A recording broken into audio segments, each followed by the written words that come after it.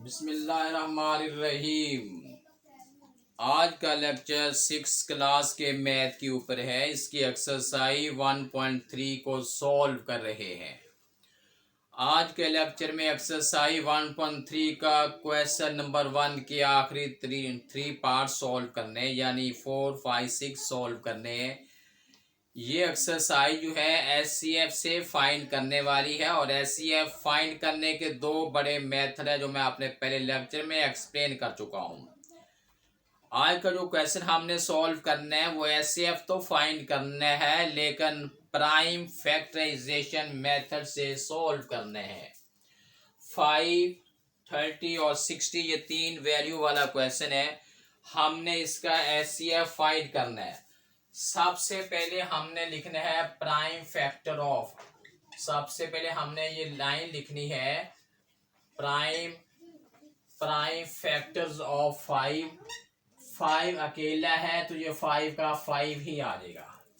उसके बाद next line हमने लिखनी है, नेक्स्ट लाइन हम लिखेंगे प्राइम फैक्टर्स ऑफ 30।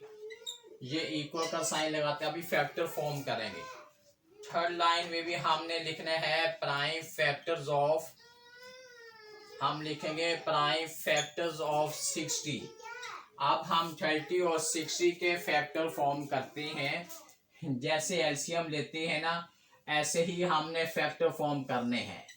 हम इसको 2 पे करेंगे, ये बन जाएगा 2 15,000, 3 5,000, 5 1,000।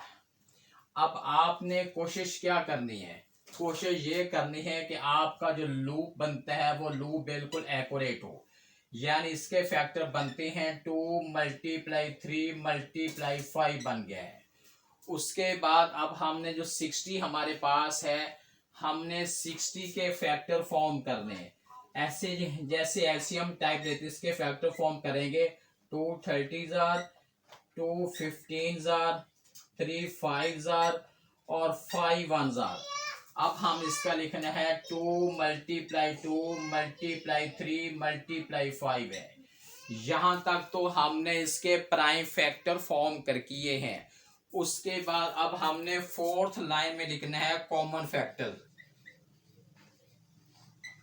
हमने फोर्थ लाइन में लिखना है कॉमन फैक्टर। कॉमन का मतलब होता है हमारे पास तीन वैल्यू हैं, तीनों में ये वाला कॉमन है। हमने यहाँ पे 5 लिख लेना है। उसके बाद आपने 2 डॉट नीचे 1 डॉट ऊपर, ये डॉट रीजनिंग के लिए होते हैं। देयरफॉर या हेंस भी कहते हैं, देयरफॉर भी कहते हैं। एचसीएफ इज इक्वल टू जो कॉमन फैक्टर होते हैं वही हमारा एचसीएफ होता है। हमने क्वेश्चन 1 के 4 पार्ट को सॉल्व कर लिया है। जी बेटे, अब हम क्वेश्चन 1 के 5th पार्ट को सॉल्व करते हैं। 14 है, 28 है और 112 है। सबसे पहले आपने इधर लाइन लिखनी है प्राइम फैक्टर्स ऑफ, लाइन लिखनी है प्राइम फैक्टर्स ऑफ 14, इक्वल का साइन लगाएं। उसके बाद नेक्स्ट भी आपने यही लिखने हैं प्राइम फैक्टर्स ऑफ, लाइन लिखनी है प्राइम फैक्टर्स ऑफ 28, इक्वल का साइन लगाएंगे। उसके बाद थर्ड में हमने लिखने हैं प्राइम फैक्टर्स ऑफ, थर्ड में हमने लाइन लिखनी है prime factors of 112 is equal to. अब हमारे पास तीन वैल्यू है, हमने तीनों के फैक्टर फॉर्म करने हैं। 14 है, 14 का 2 7,000, 7 1,000। इधर हमने लिखना है 2 × 7 है। उसके बाद यहाँ पे 428 आ गया है। अब हमने 28 के फैक्टर फॉर्म करने हैं। ये बन जाएगा 2 14,000, 2 7,000, 7 1,000। यहाँ पे हमने लिखना है 2 × 2 × 7 है। उसके बाद हमारे पास तीसरी वैल्यू है 112 है। अब हमने 112 के फैक्टर फॉर्म करेंगे। ये बन जाएगा 2 5 10, 6 12, 2 6 12। उसके बाद 2 2, 2 8, 2 14, 2 7, 7 1,000।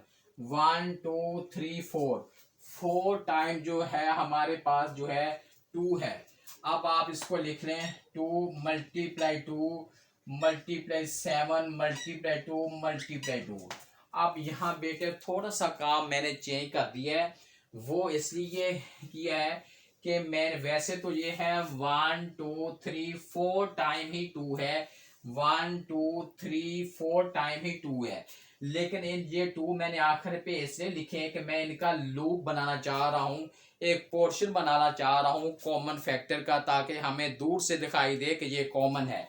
अब तीनों वैल्यू में कॉमन क्या है, एक तो ये हमारे पास कॉमन है, एक हमारे पास ये वाला कॉमन है। अब जो फोर्थ लाइन में आपने लिखना है कॉमन फैक्टर्स, फोर्थ लाइन में आपने लिखना है कॉमन फैक्टर्स। कॉमन फैक्टर हमारे पास क्या निकले हैं, 2 मल्टीप्लाई 7 निकले हैं। उसके बाद therefore SEF is equal to 2 multiply 7 is equal to 14। हमारे पास जो है 14 28 और 112 का जो SEF निकला है, हाईएस्ट कॉमन फैक्टर निकला है, वो 14 निकला है। हमने क्वेश्चन 1 के 5th पार्ट को सॉल्व किया है। हम क्वेश्चन 1 के 6th पार्ट को सॉल्व करते हैं। तीन वैल्यू है, 36 है, एक 54 है और तीसरी वैल्यू 108 है। हमने इनको प्राइम फैक्टराइजेशन मेथड से हमने एचसीएफ लेना है। हमने इधर लाइन लिखनी है prime factors of prime factor 36 is equal to. उसके बाद नेक्स्ट लाइन फिर आपने लिखनी है प्राइम फैक्टर्स ऑफ, लाइन हमने लिखनी है prime factors of 54 is equal to. उसके बाद थर्ड लाइन फिर आपने यही लिखना है प्राइम फैक्टर्स ऑफ, ये थर्ड लाइन में लिखेंगे prime factors of 108 is equal to. अब हमने इन तीनों वैल्यू के फैक्टर फॉर्म करने हैं। ये हमारे पास 36 है, इसका फैक्टर, इसके फैक्टर फॉर्म करते हैं 2 18 जार, उसके बाद 2 9 जार, 3 3 जार, 3 1 जार। ये हमारे पास बन गया है 2 मल्टीप्लाई 2 मल्टीप्लाई 3 और मल्टीप्लाई 3 है। उसके बाद 54 है, हमने 54 के फैक्टर फॉर्म करने हैं। 2 पे करते हैं 2 2 जार और 2 7 जार, उसके बाद 3 9 जार, 3 3 जार, 3 1 जार। ये हमारे पास आ गया है 2 मल्टीप्लाई 3 मल्टीप्लाई 3 और मल्टीप्लाई बाई 3 है। उसके बाद 108 है, इसके हमने फैक्टर फॉर्म करने हैं। हम 2 पे करेंगे 2 5 जार 10, 2 4 जार, उसके बाद ये 27 है, उसके बाद 9 है, फिर 3 है और 3 1 जार है। 2 मल्टी, उसके बाद लिखेंगे हम ये 2 मल्टीप्लाई 2, उसके बाद मल्टीप्लाई 3 और मल्टीप्लाई बाई 3। यहाँ तक तो हमने प्राइम फैक्टर फॉर्म किए हैं, फैक्टराइजेशन की है। उसके बाद अब हमने फोर्थ लाइन में लिखना है कॉमन फैक्टर्स। फोर्थ लाइन में हमने लिखना है कॉमन फैक्टर्स। कॉमन इनमें से क्या है, एक तो ये 2 पूरा कॉमन निकल रहा है, एक ये वाला 3 है और एक जो है ये वाला 3 है। ये 2 है और मल्टीप्लाई बाई 3 है और मल्टीप्लाई बाई 3 है। उसके बाद लास्ट लाइन आपने therefore HCF is equal to 2 multiply 3 multiply 3, 2 3 या 6, 6 3 जार 18 है। अब हमारे पास जो तीनों का एचसीएफ निकला है वो 18 निकला है। हमने क्वेश्चन नंबर 1 को सॉल्व कर लिया है।